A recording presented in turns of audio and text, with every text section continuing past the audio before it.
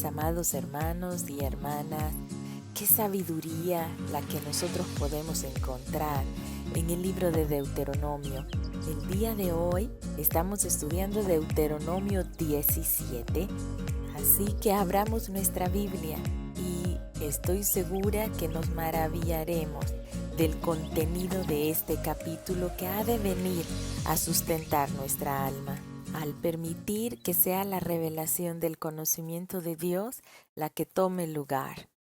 Este capítulo nos habla acerca de la pena para los idólatras, qué sucedía con la desobediencia a la autoridad y cuáles serían las leyes sobre los reyes que habían de ser puestos para gobernar Israel.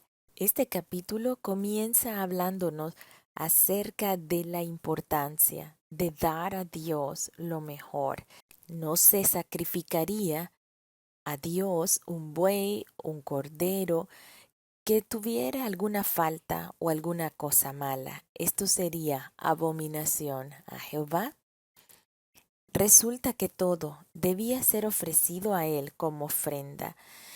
Y esto no es porque Dios necesitase algo de nosotros. Realmente no existe nada que nosotros podamos dar a Dios que Él no sea el dueño. Él es el dueño de toda la plata, de todo el oro, de todos los animales que andan en el campo. Él no necesita nuestra ofrenda. Sin embargo, somos nosotros los que sí necesitamos ofrendar a Dios, porque en ese proceso de ofrendar a Él lo que Él ha establecido, nosotros nos despojamos de ese sentir que somos dueños de lo que tenemos. El despojarnos entonces nos previene de enorgullecernos y de crecer en vanidad y de crecer en el sentir que somos los reyes de nuestras vidas. Nosotros no somos dueños ni de nuestras propias vidas. Nosotros le pertenecemos a Él. Así que el Señor nos llama a dar ofrenda a Él porque resulta una bendición para nuestras propias almas. El Señor había mandado a su pueblo a que diera de lo mejor, que diera animales perfectos y no imperfectos o deformes. Si Él está dando esta ley, posiblemente algunos habían tomado livianamente este hecho y quizás ya estaban dando de lo que sobraba. Lo que nosotros ofrendamos a Dios viene a representar qué es la prioridad en nuestras vidas. Viene a denotar nuestro estado espiritual. Cada día es una oportunidad en que nosotros podemos ofrendar a Dios nuestra vida, nuestros pensamientos, el tiempo, nuestra intimidad con Él, ofrendas, diezmos, nuestro corazón. ¿Cuál es nuestra ofrenda para el Señor? ¿Cómo se la estamos dando? ¿Cuál es la motivación para dársela? ¿Estamos dando de lo que nos sobra al Señor o verdaderamente nos alegramos de poder presentar a Él lo mejor, lo primero? Demos a Dios el honor de ser el primero en recibir todo tipo de ofrendas que Dios ponga en nuestro corazón, que le demos nuestro tiempo, talentos, servicio a los demás. Dios no quiere nuestros sobrantes, Él espera lo mejor de nosotros, pues Él ha dado lo mejor de Él a su Hijo, a su único Hijo, para salvación de cada uno de nosotros. Y su Hijo Jesús es sin mancha, es perfecto. Jesús, por amor, se dio como una ofrenda hasta sufrir muerte en la cruz. Y usted y yo hemos sido objetos de ese amor. ¿Cómo estamos respondiendo a esa entrega y a ese sacrificio de amor por cada uno de nosotros? En el segundo versículo del capítulo 17, el Señor nos está dando una ley puntual contra la idolatría. La persona idólatra debía ser condenada a muerte Así que era necesario el testimonio de 2 o 3 personas. Es interesante notar que el Señor no estaba aceptando que una sola persona viniese a acusar a alguien. De esta manera se prevenía que algún vecino incómodo acusara a su vecino y de esta manera fácilmente se deshiciera de él. Era necesario el testimonio de otra persona para acusar a alguien de idolatría, de inclinarse ante el sol, la luna o cualquier elemento. Y además, esta persona que lo acusaba debía ser el primero en lanzar esas piedras. De esta manera, hacía pensar 2 veces al acusador antes de acusar y le hacía responsable de terminar y de participar en aquello que él había comenzado. De esta manera se quitaba ese mal, ese cáncer en la sociedad, ya que de haberlo permitido, muy pronto habrían estado todos influenciados, ya que su corazón de continuo se inclinaba al mal y se inclinaba a la adoración.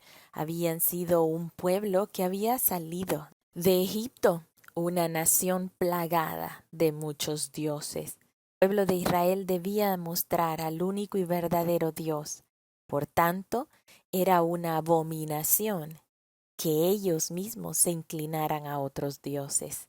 Luego el Señor les habla acerca de tener sacerdotes y jueces que pudieran resolver y dar sentencia acerca de juicios y que pudieran enseñar sobre el camino de la justicia. Las personas debían someterse a esta sentencia y el que no lo hiciese, el que desobedeciera y actuara con soberbia, entonces debía morir. Y de esta manera se quitaba el mal de en medio de Israel y se sentaba un precedente. Termina Deuteronomio 17 hablando acerca de un tema que se ve más adelante en la Biblia, en el libro de Samuel, y es acerca de tener un rey. La manera como Dios estaba estructurando su pueblo era que Él era el rey. En esa jerarquía, bajo Él, vendrían los sacerdotes y los jueces.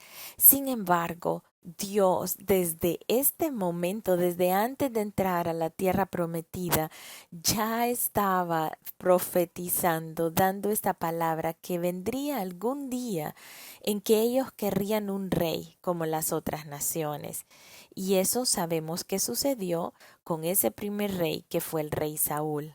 Así que previendo esta situación, Dios estaba estableciendo leyes acerca de este rey. Primero, que debía ser israelita y no extranjero, que no debía de acumular caballos y aumentar el número de ellos, sabiendo que el criar caballos los haría enredarse con Egipto tarde o temprano, porque eran los egipcios los expertos en criar los mejores caballos. La otra indicación de esta ley era que no debía tomar para sí muchas mujeres, porque su corazón se desviaría y no debía de acumular ni plata ni oro en abundancia. Es interesante pensar en cada una de estas leyes, pues resulta que Salomón, el hijo del rey David, Salomón violó cada una de estas leyes. Él sí aumentó el número de caballos a tal punto que era reconocido en otras naciones. Él sí tomó para sí muchas, muchísimas mujeres y sabemos que fue por estas alianzas y estas relaciones con todas estas mujeres que su corazón fácilmente se desvió y se condujo hacia la idolatría. También él acumuló mucha plata y oro para sí mismo. Y esto fue la ruina de Salomón, pues él impuso onerosos impuestos y esto llegó a ser el motivo de la división del reino después de su muerte entre el reino del norte y el reino del sur. Por tanto, mis amados hermanos y hermanas, la ley que el Señor establece no es para perjudicarnos a nosotros, no es una imposición sin ningún sentido.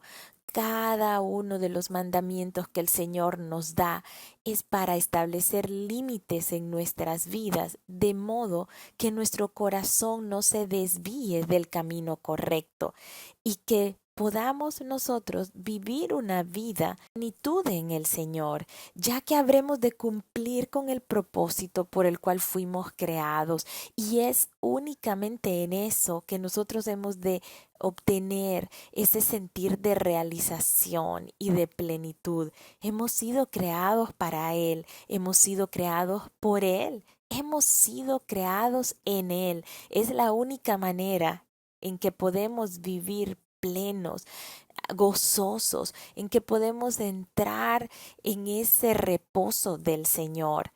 No veamos los mandamientos de Dios, su palabra, como una carga. Debemos saber que su palabra representa esa senda de justicia por medio de la cual nosotros debemos andar en esta tierra, y de esa manera estaremos caminando en el reino de Dios aquí y ahora. Analiza Deuteronomio 17 con algo muy importante. El rey debía cumplir con la palabra de Dios, y por esto debía tener una copia personal de la ley, una copia que le permitiera tener la palabra de Dios a la mano. No solo debía tenerla, debía de leerla todos los días y obedecerla completamente.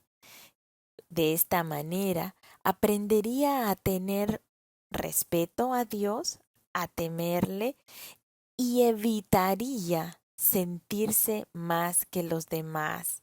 El rey debía saber que había una ley por encima de él, y que esta ley es la palabra de Dios, y debía gobernar de acuerdo a la ley de Dios y no basado en sus propios sentimientos o emociones, pues al hacerlo se elevaría su corazón por encima de sus hermanos, crecería en orgullo, se sentiría por encima de la autoridad de Dios.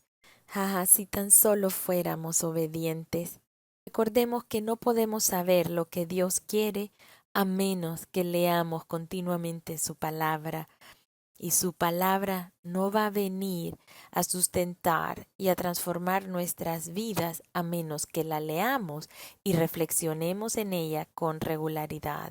Día de hoy, usted y yo tenemos acceso a la palabra, a sus escrituras, a conocerla. Depende de nosotros el que dediquemos el tiempo, meditemos y reflexionemos y dispongamos nuestro corazón para obedecer. Esta es la manera en que nuestro corazón se ensancha y nosotros podemos correr tras sus mandamientos, permitiendo que nuestro corazón sea lleno, se sature de su palabra, de manera que ésta pueda impactar nuestras vidas hasta ser transformados, hasta crecer a esa estatura, a esa medida del varón perfecto que es Cristo Jesús. Que Dios les bendiga, mis amados hermanos y hermanas. Les amo mucho y espero que esta palabra sea de gran utilidad en cada una de nuestras vidas.